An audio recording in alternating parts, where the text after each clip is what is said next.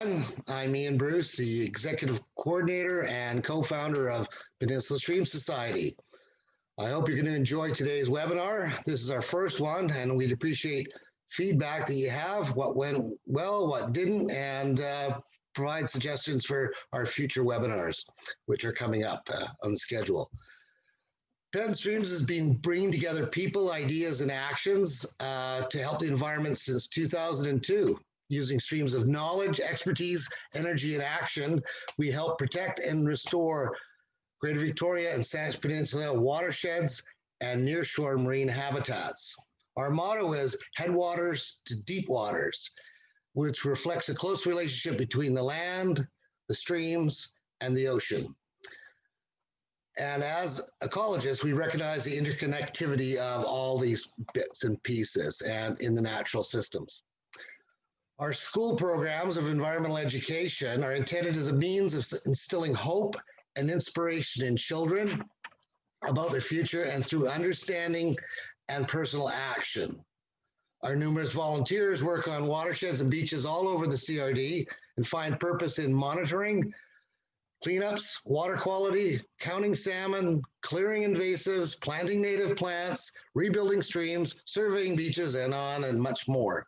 So volunteerism is a big part of what we do.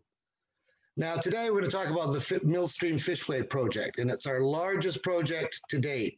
To plan, design, and build a fishway or a fish ladder to provide fish immediate access to up to 6.5 kilometers of spawning habitat upstream, which one day soon should be up to 10 kilometers. This project began as an idea and a vision of Peter McCulley of the Goldstream Volunteer Salmon Enhancement Association, and that was over 25 years ago. And it was part of an intergenerational project to bring salmon into the Millstream watershed.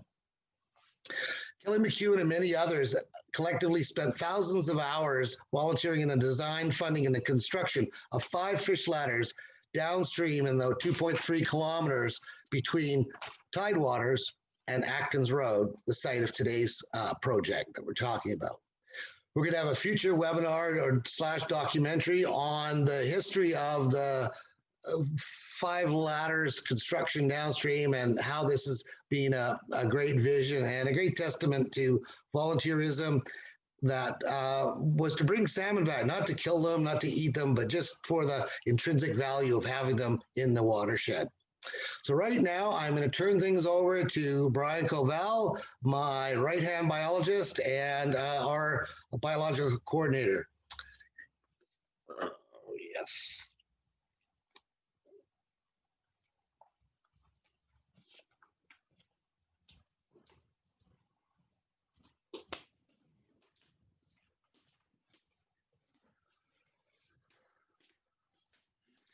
Hello everyone, I'm Brian Koval. Like Ian said, I'm the biological coordinator at the Peninsula Stream Society, and I'll be narrating the presentation today.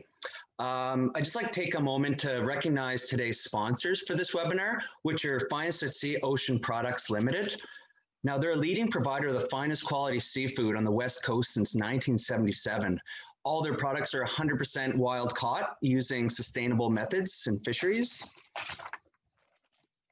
Operations include the Finest at Sea boutique style seafood market near Fisherman's Wharf.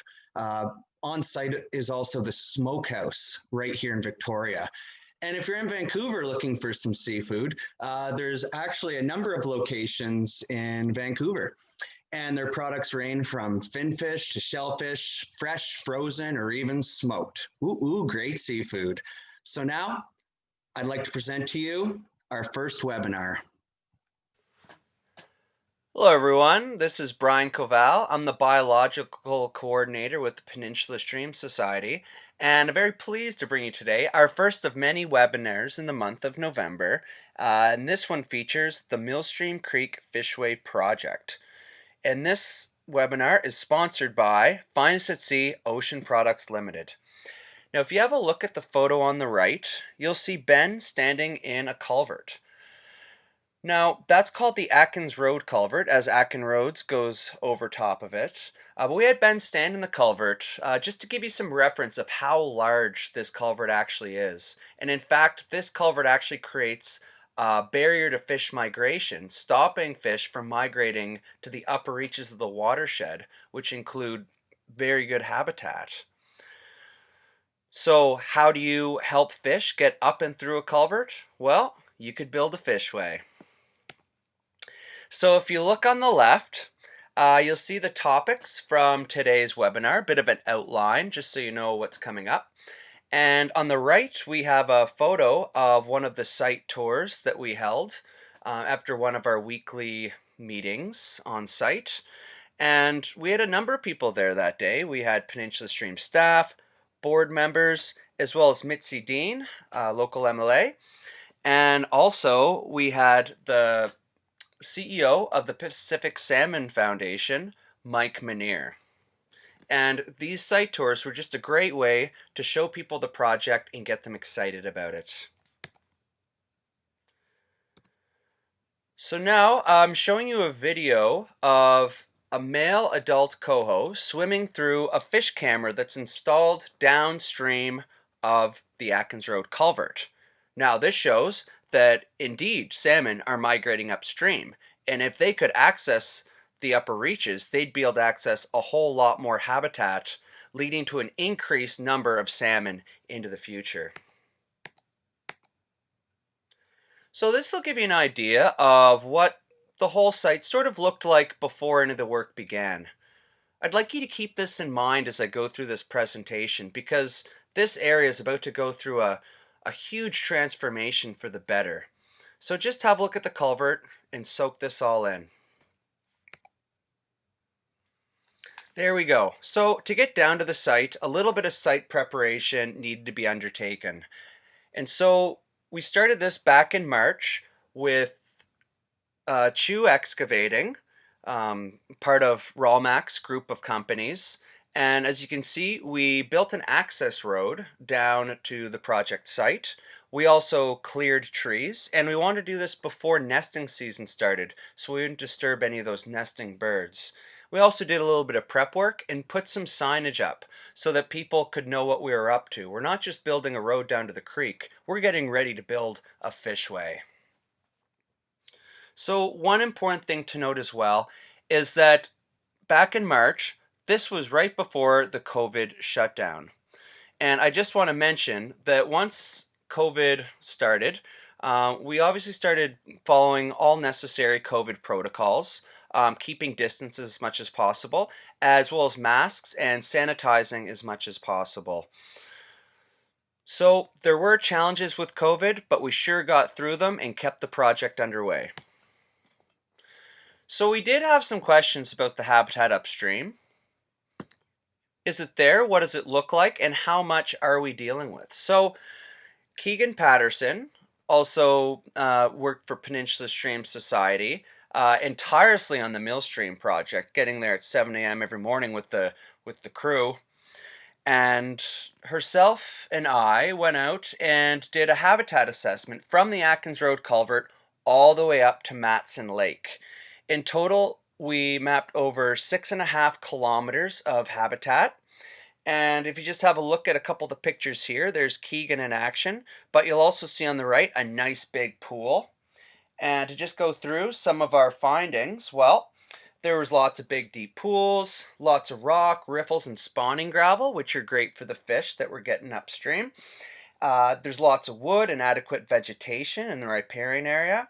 And there's even a fishway that exists at the Bear Mountain Golf Course that helps fish get up to Matson Lake. Well, of course, any assessment, you do come across some issues as well. And some of the ones we found were some steep eroding banks, a few tars in the creek, which could have come from a number of sources, as well as a few dump sites along the creek. Now, I look at these issues and see opportunities. Upon completion of Fishway construction, we'd like to carry volunteers and stewards in the community into the future with a diversity of little projects to work on so that we keep momentum in this creek going. And I will be talking about the volunteer opportunities a little bit later in the presentation, so please stay tuned.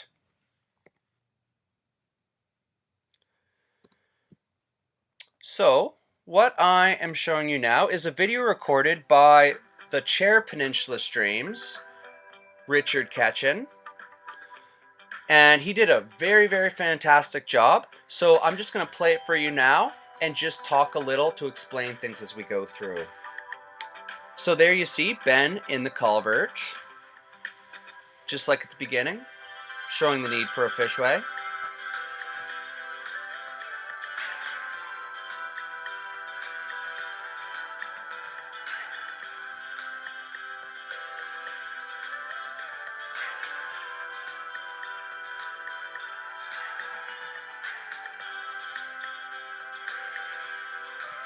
As you can see, the construction beginning back in June of 2020.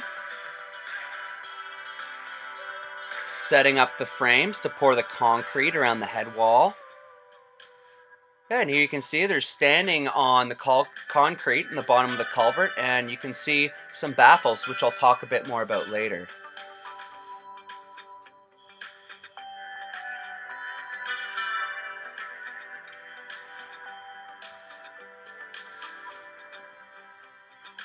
And there's Richard York, who worked tirelessly to keep the crew going. Did a great job on this project. There you can see the fishway being dug. Lots of blasting had to be done to get through that bedrock. But you'll see the orange lines there. That's where the weirs will be installed.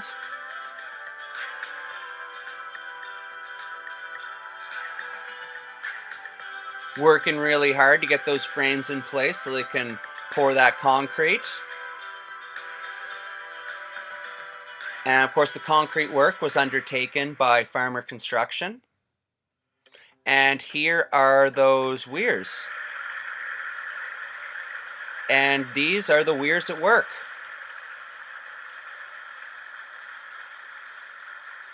Such a nice sound, isn't it?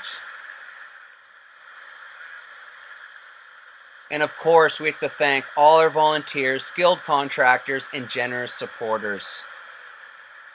We have a number, and we will have a list displayed during the question period of this presentation. And there's some overhead footage, and this was filmed with a drone. Our Vice Chair, Mike Derry, you can see him in the bottom corner there.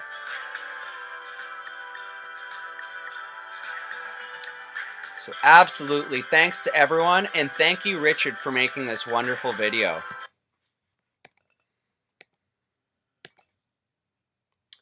Just some key points to reflect on back in the video before we move on. 2016 is when Peninsula Stream started to design and raise funds for the Millstream Fishway.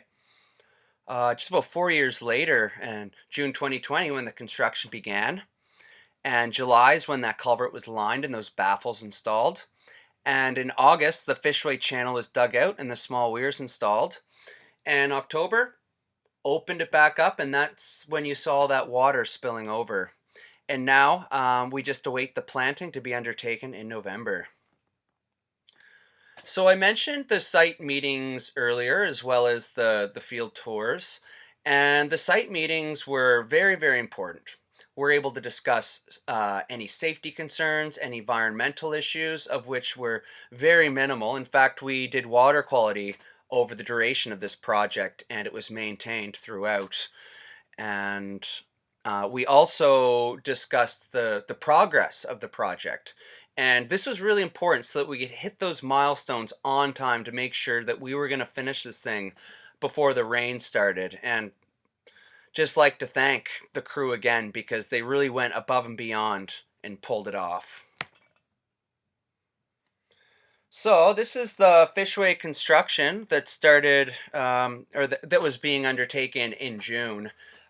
So if you look on the far right here, coming out of the culvert, you'll see this black pipe. Now that is a gravity-fed bypass pipe attached to a dam upstream. And this way, what happens is the water flows into this pipe all the way downstream to the bottom reaches of the project so that we don't have any water on site. You might be thinking, oh, what about the fish on site? Well, we have that covered as well. As biologists, we go in and we undertake a fish salvage. We collect the fish that are on site and move them up or downstream so that we can do the work with minimal effect to the wildlife. So that pipe is what was taken out in October to let the water start flowing freely. And if you just have a look on the right, you can just see the excavator and dump truck working in synchronicity. So the concrete pouring, I was kind of taken by. It was really, really interesting. A very smooth operation. You can see the staging, or what I call it, but the frames put up to pour the head wall. But you see all the contractors and workers up there, and everyone has their own job, and it just works so smoothly. And it's kind of like watching a play, just the way they have everything put together, and the teamwork, just amazing. But you can see this green arm up here, that's the slinger, so that they can stay far away and pour the concrete into those frames. Now, it's really important that biologists and environmental monitors are on site those days to check on water quality to make sure that the water quality is maintained. So here you'll see the crew again, working really hard, just leveling off the concrete that's been poured in those frames. As you can see, it's quite a bit of work. You can see the concrete truck there, and yeah, working away. So this video is going to be of the baffles at work. There you go. You'll actually see the water hit them, pop over. Sounds really nice too. But what that's doing is it's slowing down the velocity of the water, and this is actually going to help the fish make their way through that culvert, especially as more water starts flowing through.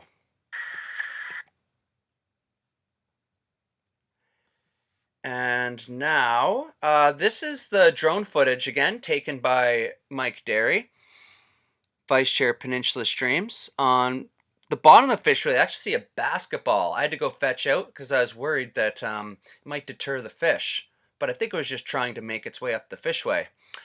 And if you look right in the middle, that's actually Millstream Creek flowing downstream. And as we keep turning, you're going to start to see the spillway, and there's the culvert.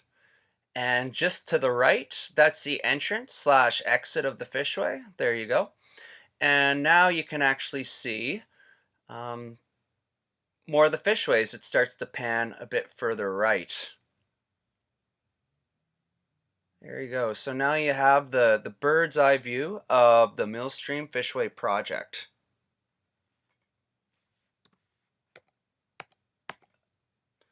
All right, so now after getting all this exciting information, I'm sure you're wondering, well, what are the volunteer and learning opportunities? Well, there's going to be quite a few, and you can sign up on our website to be notified about the upcoming volunteer opportunities. That's the best way to be in the know. There will be stream keepers training. That currently is to be determined due to COVID, but we will be planning that into the future, so stay tuned. We're also planning some restoration upstream of the culvert, and many of those activities were, of course, generated from that habitat assessment undertaken in 2019. And there'll be salmon enumeration opportunities. There's a few options here. One is a fish camera like the one downstream.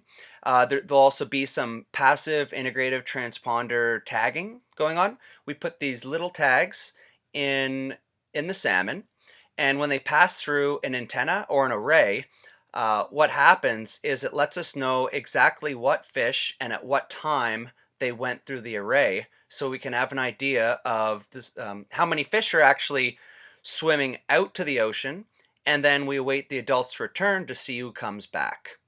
And there'll also be some opportunities for streamside salmon counting as well, which is a great way to spend some time on the creek. And another great way to spend some time on the creek would be to become part of our water quality monitoring program. We want to make sure that the quality of the water in Millstream Creek is maintained into the future, and there's no better way to do that than to get your boots on the ground. So, on that note, I just like to thank you for all tuning in today, And I'd like to thank all of our sponsors and partners and everyone who made this possible. And now I'd just like to extend an invitation to all of you to ask any questions about the project. Thank you very much. Bye now.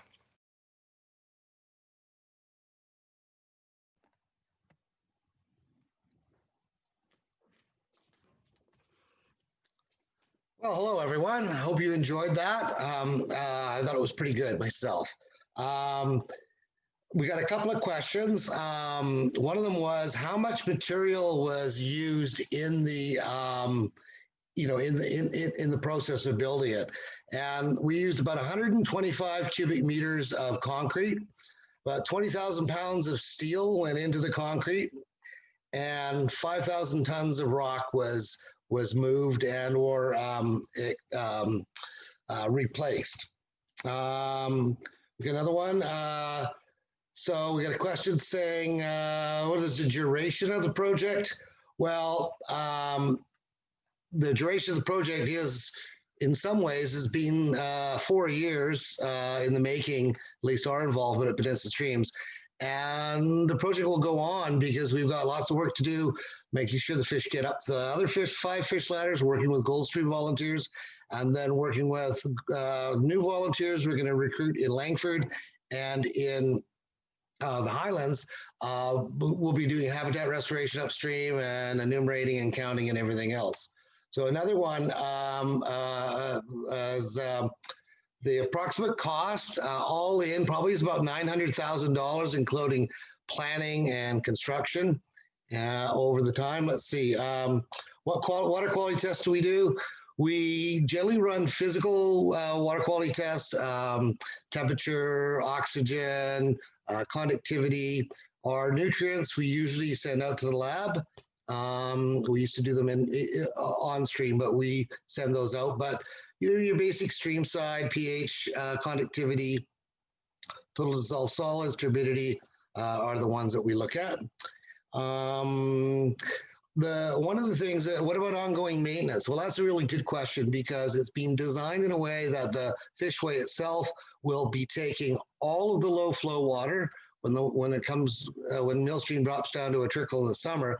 But it's also got an orifice control system that will ensure that the flow in the Fishway itself doesn't get too high. So there's a limited amount of water that can come in.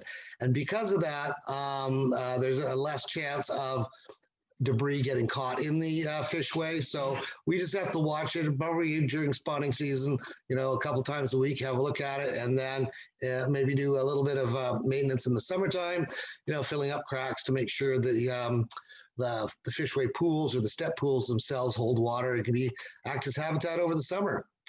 The plantings will be of all native species. This was definitely what we do and a request from CRD Parks. And there'll be many different species, and we're having a planting event on November the 21st. And if you're interested in participating in that, please go to our website and send us a note. There's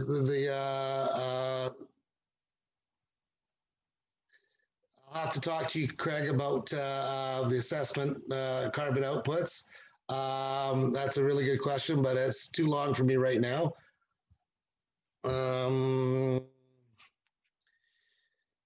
Is it possible for the public to visit the site now? Yes, although there's the fencing hasn't been put up, there is some hazards with respect to open areas. If you do go down to the site, please stay back out of the area where the soil is.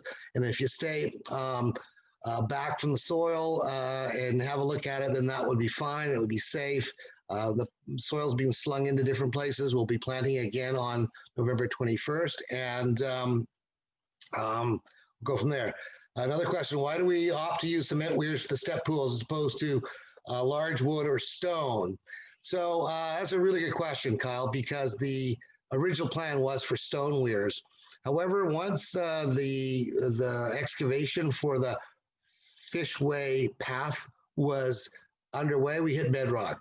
And when the bedrock was blasted out, the size of the width of the channel was such that we would have had to put boulder to boulder to boulder to bedrock, and then we would have to try to seal that up.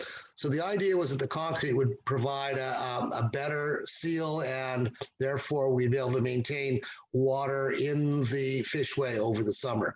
And it cost more than the plan originated by building concrete, but I think all of the messing around trying to get it sealed would have been more of a nightmare both this year and going into the future. What are the previous records of coho returns below this project? So there have been up to over 700 fish have returned in 1 year, which was a few years ago. I think it was 2016, and that was just, most of those were reared and spawned and reared in the lower river.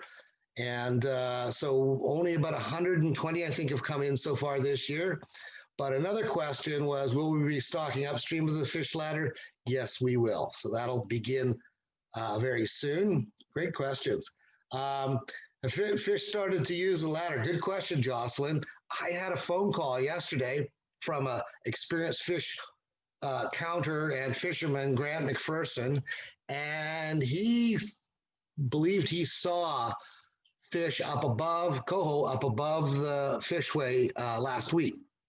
Well, that's very likely could have happened. There was some otter sign around the Fishway last week, and we'd had reports of fish just below the Fishway, the fish ladder, last week too. So very likely fish have come up through the Fishway, I think, and we're just trying to get confirmation on that. So downstream improvements, any visions for downstream improvements? Now that we have this remarkable project done. Well, thanks, John. Yes, we want to look at some, we need to maintain the fishways that are downstream and also protect the area downstream, hopefully from development. The lower 1.5 kilometers is actually of the stream is beautiful. It's got some old growth trees, some really large second growth trees, and some great characteristics of a forest and riparian zone. And it would be nice to keep that in a protected status in perpetuity. Let's see, from Todd. Is there a camera installed? No, but the concrete at the Fishway exit is set up so that we can install a camera in the future, and that definitely is a plan. We also look, as Brian said in the presentation, we're also thinking about, we're planning on doing pit tagging, capturing the fish down below, pit tagging them, and then seeing how they migrate through the different fishways and up through the Atkins Road Fishway, and getting information that way. That was part of this year's plan, but had to be cut for budget purposes. Upstream to reach the creek that will have to be dealt with. Yeah, are there any more blockages or potential blockages in the upstream reach that will have to be dealt with? Well, as Brian said, there is a fishway at Bear Mountain Golf Course that will take fish into Matson Lake, and then hopefully up to Mary Lake, and there's a fishway up into Mary Lake, and then potentially beyond. But we don't know of any blockages before that fishway at the golf course at Matson Lake. And let's just, I'm going to scroll up to the top. That's it. That's it. All right.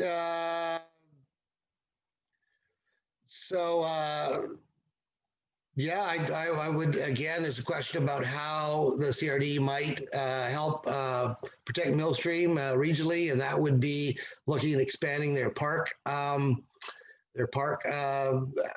acquisition program, and looking at picking up some of the nice pieces downstream that are not protected at this point in time.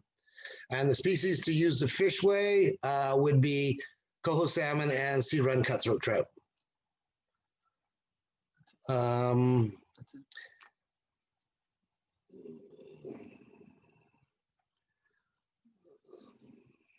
Looks like all the questions. The question will be, when will this recording be uploaded? That is a very good question. Because you registered, you'll be notified, and then you can let other people know, and you'll be able to access on YouTube. And yes, we are Newton. We are introducing fry above the culvert this winter. Question: would Chinook also use the Fishway? This is not typically a Chinook river. There's no intention of adding Chinook to it. So no, I don't think it's appropriate. The size of the gravel, size of the creek is not really a Chinook river. The primary sources of funding for this project include the BC Shrift Program. We're actually going to get to that in a minute here. And let's see. And yeah, cutthroat trout are coming. And okay, so I think at that point in time, we're going to close off questions. If there's anything else you want to get have answered, please contact me. I think you all know how to get a hold of me one way or the other, and we can discuss this. So right now, I'm going to say that I hope you enjoyed the webinar. And to let you know, we're still fundraising for this project because we started it at $50,000 short. And that's now being reduced to $28,000. We're still short. So we're a registered charity and can issue CRA tax receipts. And you can see our website to donate. As well as we have a legacy fund, which we've set up with the Victoria Foundation in order to provide a future stream of steady income to Peninsula Streams to do our work. And so legacy funds is one idea, but while you're still alive, there's things you can do. We offer Peninsula Streams memberships, and you can go to the website for that. It's only $10.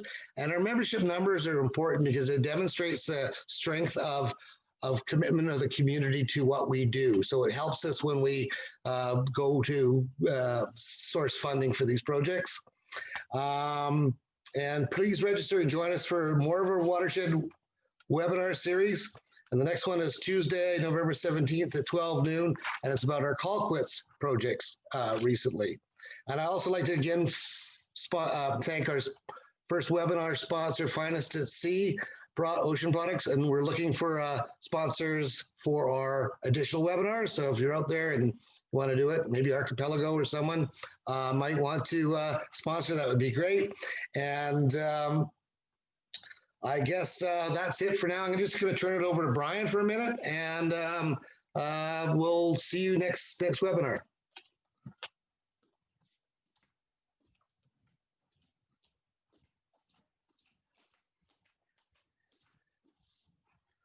All right, so yes, thanks for tuning in today. And I'd like to take this opportunity to thank all our very generous sponsors and partners. That, of course, includes BC STRIF, which is the BC Salmon Restoration and Infrastructure Fund. We'd also like to thank the Government of BC Capital Project Grant Program, the Pacific Salmon Foundation, who seem to always have our back on projects like this, so thank you very much. Goldstream Volunteer Salmon Enhancement Association, Relmax Group of Companies, which of course includes CHU, and as well as Farmer Construction, the Victoria Fish and Game Protective Association, Squamish Anglers Association, the West Shore Rotary Club, Town of View Royal, as well as the City of Langford. And also local businesses, which include Keycore, Trotac Marine, Market on Millstream, and as well as others. And a special thanks to Judith Cullington for her pro bono fundraiser support, which is just fantastic. Thanks, Judith. And also, we'd like to thank CRD Parks. So again, thank you for tuning in to our first webinar of November, and we hope we can catch you at our next ones. See you later now.